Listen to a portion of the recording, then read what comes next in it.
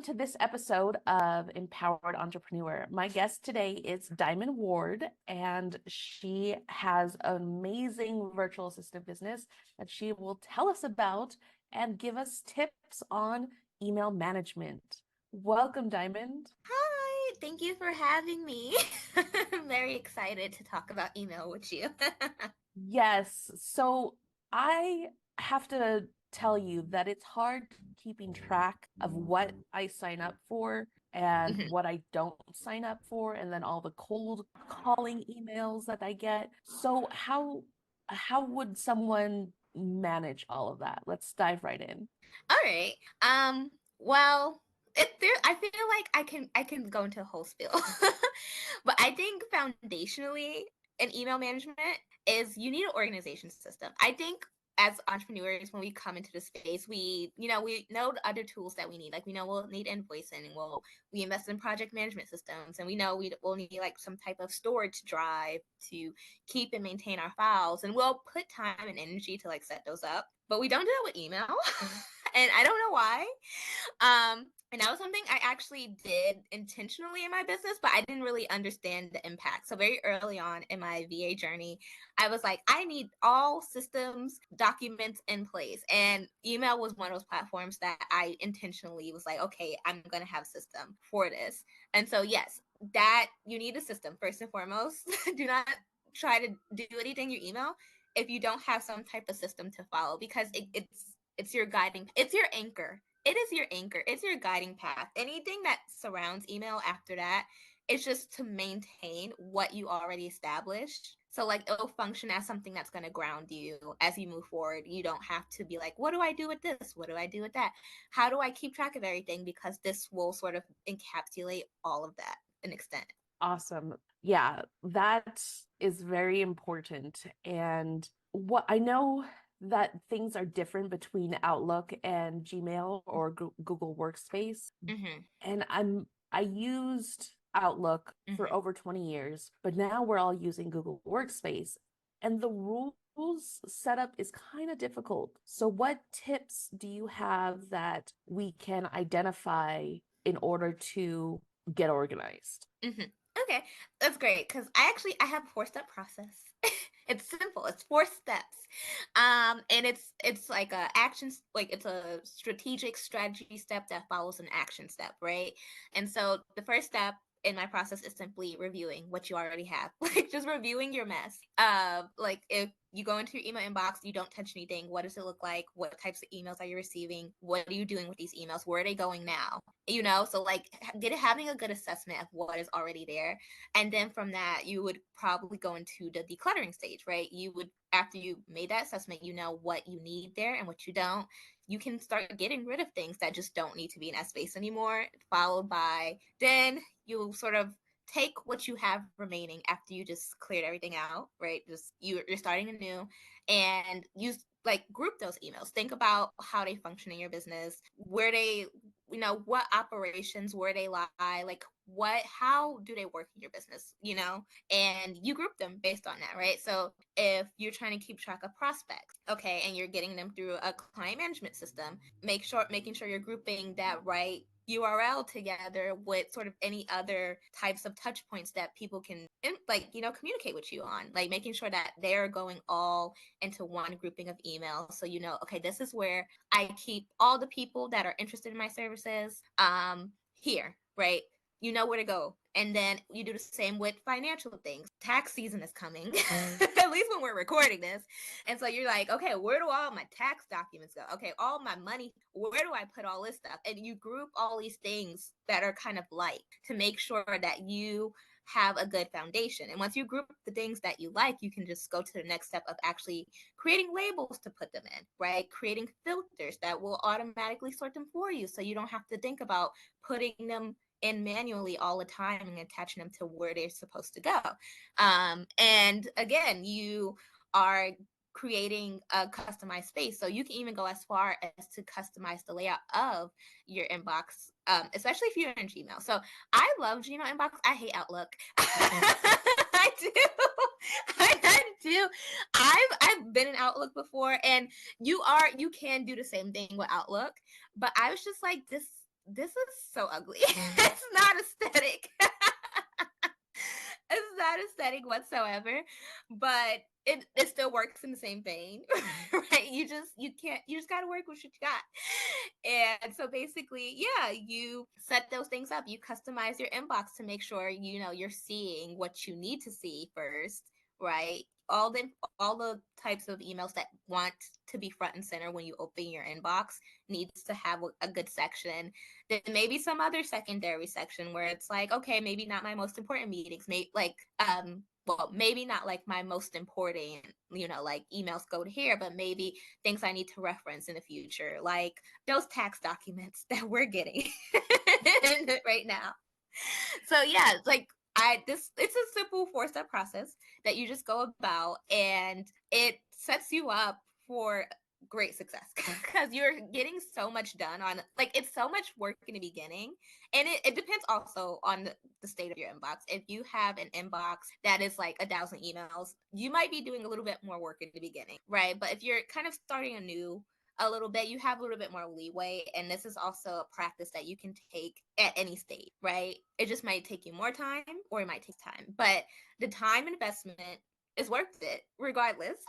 So don't skip it. Very, very good point. Okay, so since I've used Outlook more than Google Workspace, I know that there's the label creation. Once the labels are created, do we mark them and then move them, or just move them? Okay, so I would say you create all your labels first. I like to just batch all like tasks at the same time. That's just the way my brain works. So when I thought about this process in the system, I was like, okay, I want to have things sort of like consolidated in your respective places. So like in that moment, you're going to create the labels, right? And then you're going to be like, okay, I'm going to sort these emails in these labels. Or, if you're more on the technical end, you just want to get that over with, you could set up the automation to automatically have these emails go in a label. But I prefer to do it manually, then set up the automations in case I have to do any sort of finagling. I'd rather have that out of the way so that I could just do that and then be done, right? So I just group it. But it's also adaptable to you. So if you're somebody that's just like, I know I need a press label, right? Like I know I need to keep track of all the podcast pitches that I'm sending out, then you could create that label and then be like, okay, let me just start putting all these things in. If you're sort of like one track mind like that, and you could create as you go. But as long as you sort of have the list of categories and email groupings that you already have, work through, you know what you're doing. You're very intentional about how you're going about it. Like you took that time to be like, these are my email groupings and these are the types of labels I'll need. It's whatever method you need to go about it to get it done doesn't matter as much as putting the thought and intention behind going about it. Okay, because for one of my clients, I'm Mhm. managing her email box, which I really don't want to do and would love for her to hire you. But first, I created more labels that there were already labels, but then I was taking the time to go through and in the inbox marking the labels, but then I had to move the labels. So that's double the work, right? Yeah, that's why I think it's better to sort of start fresh, right? And so if you're going into an email that has kind of like an existing system, right? And you're like, okay, well, what's happening with this existing system? Like you kind of have to do that assessment too. So not just like what type of emails they're getting, but like what previous organization were they trying to do before? And being very mindful of like, okay, did this work? Like, was this something that was a functioning thing, or was this something that just kind of finagled in the end and it's all out of place? So take that into account when your first assessment.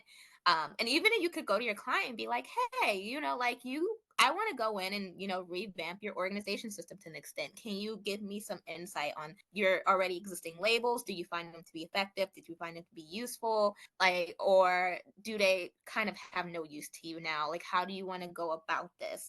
Like when you're also working with clients, you also have to bring them into the process to some extent, right? Because it has to be functional for them. And that's sort of like the proxy. Like when I did mine, I knew it was functional for me and I didn't have to like second guess. But like when you're doing it for somebody else, you're like, okay, we gotta come together. We gotta put our brains together. And we have to be very honest about how we function, how we work. And so as a VA, you have to be okay, you have to understand how your brain works, and then you also have to understand how your client brain works, and you have to find a happy medium that will work, especially if you're going to handle email communications, because listen, you're going to be stressed if you're not. You're going to be so stressed. But yeah, take that time to go over what exists in this space. And you might find that like you might not need to think of a new category if there's an existing kind of category in there somewhere. You're like, oh, okay, this is a good category. Let's keep these labels. Let me delete some of these labels. And that sort of saves you some time on the back end of creating new labels and sorting, like you'd be like, okay, I just need to put things here. Rather than having like, I need to create this and then I need to put it here and I need to do this. It's like, okay, no, I can use some of what's here. Let me work around that. At least after you declutter, like make sure you got all the useless emails out the way. Don't forget to declutter. Yes, the decluttering is very important, and going through and just unsubscribing from things that you don't care about because you Yeah. signed up for some list. Yeah. And that's something too, when you're thinking about the maintenance of the system, like give yourself rules and parameters. If like you have to know that's what I'm saying, you have to know yourself and know how you function. Because I too can sign up for 1,000,001 things and forget they ever existed. And so giving yourself rules of like, okay, if I'm going to sign up for this newsletter, right? I said I want to sign up for this. And if I don't read the next 3 editions, I need to unsubscribe because I'm not reading it. I'm not touching it. It's just occupying space.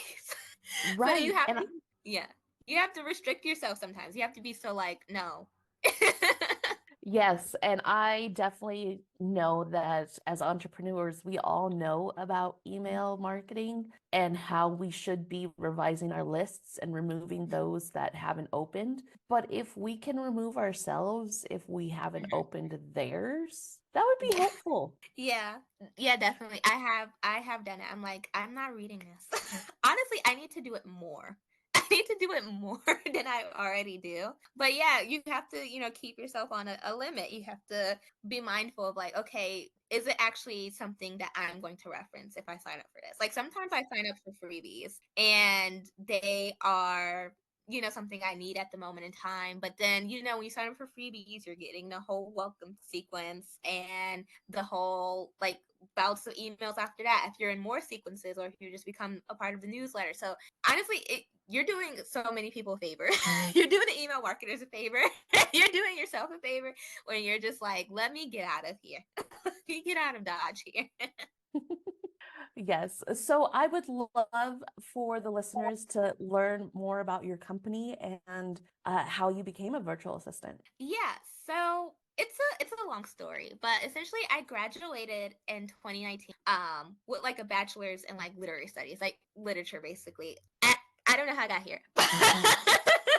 You're like, how did you get from literature there? It's a journey. So I initially, when I graduated, I was like, okay, I'm gonna go into publishing, right? Because I knew I didn't want to take the career path of directly going to writing or anything. I was like, I'm gonna go into publishing, and I, networked with some people community, through my alumni, and I was that was my path for like that year. Like I was trying to find my publishing role. I had like a temporary like personal assistant role, and I did admin work throughout my undergraduate, so that it was just an easy transition. And I finally got to a point where the pandemic came into play, and nobody's hiring. Like there was a pause on like a lot of industries at that time.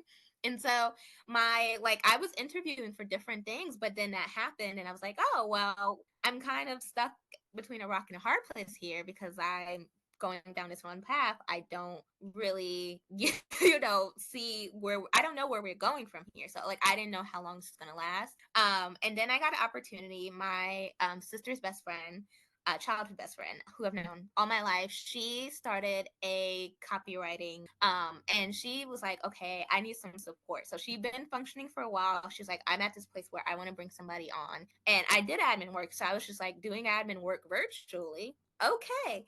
And so it was kind of one of those opportunities that I was like, oh, okay, why not? And it was a learning opportunity because I saw the flexibility of it. I was like, oh, this is interesting. Like I've done doing things I've done before, but I'm doing it from my own home, wearing comfortable clothes. I don't have to travel, to go to like an office building. That's pretty cool.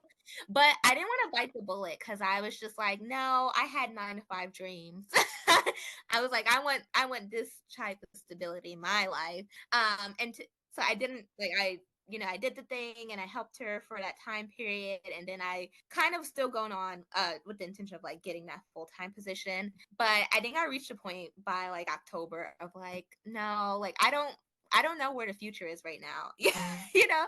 And so like I had this opportunity. I feel like I could take this somewhere and why not? So I think from there I started joining Facebook groups and I found like this internship opportunity that I ended up starting in maybe like December for like this one group.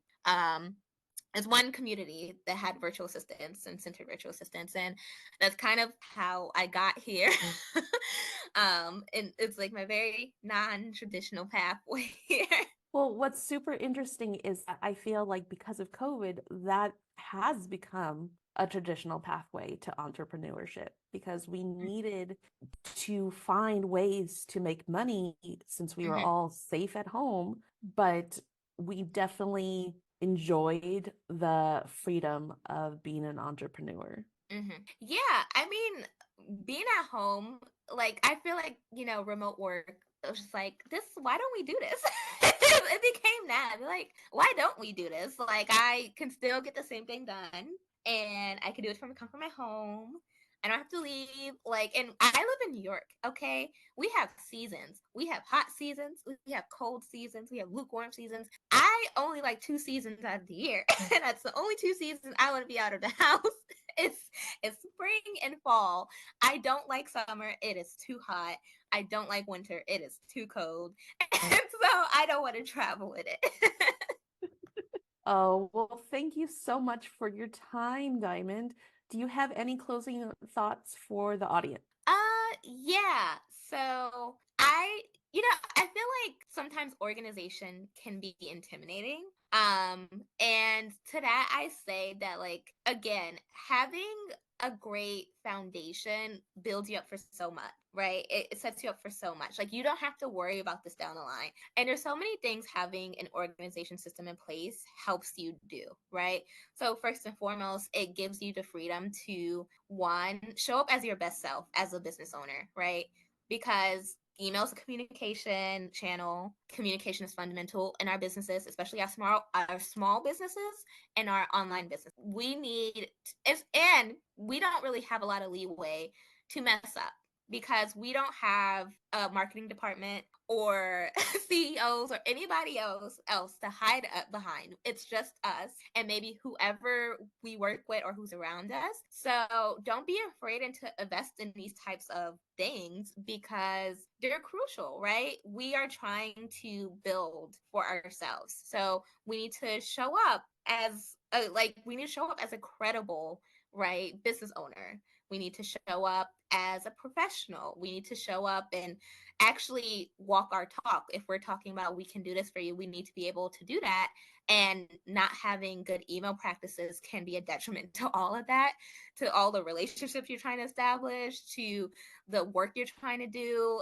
Like, so invest in that, like invest that time into creating an email system that will set you up for success. And maybe one day you can also, like Vanessa's client, delegate your email to somebody else. And if you want to do that, you have to, set some foundations for them to do it fully, right? So yeah, don't be afraid to invest time and don't forget maintenance too.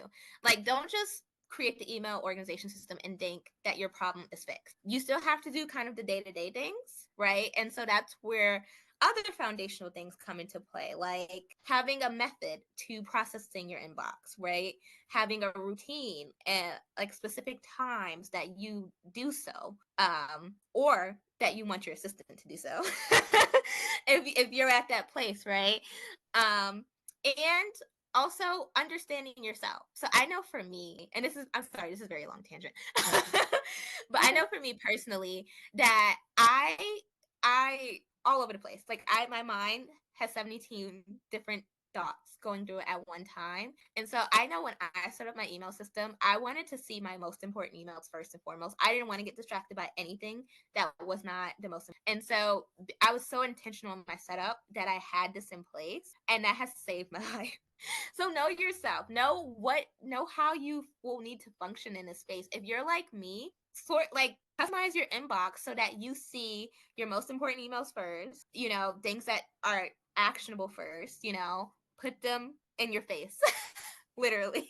Yes, either leave them unread or mark them with a star. Or incorporate some of that into your email system, right? So like I have these 3 labels in my system. They're kind of inspired by Inbox to Zero by Merlin Mann, where it's kind of just like he's all about like clearing your inbox to get you to success. And that he was one of my key like foundations in my system. And so I have specific labels for emails that maybe I cannot address right now, but they require action. They require something from me. And it's like action required, delegate, like waiting for. Like if I'm waiting for a response for somebody, I put that waiting for right there until I receive a response, because then I can look back and say, hey, it's been like 5 days and I'm still waiting for a response on it. Let me go back and follow up with you. And it keeps it again right in front of your face and on your mind. Awesome. Thank you so much, Diamond, for all this information. And I hope that the listeners visit your site, and your links, your social links are in the show notes.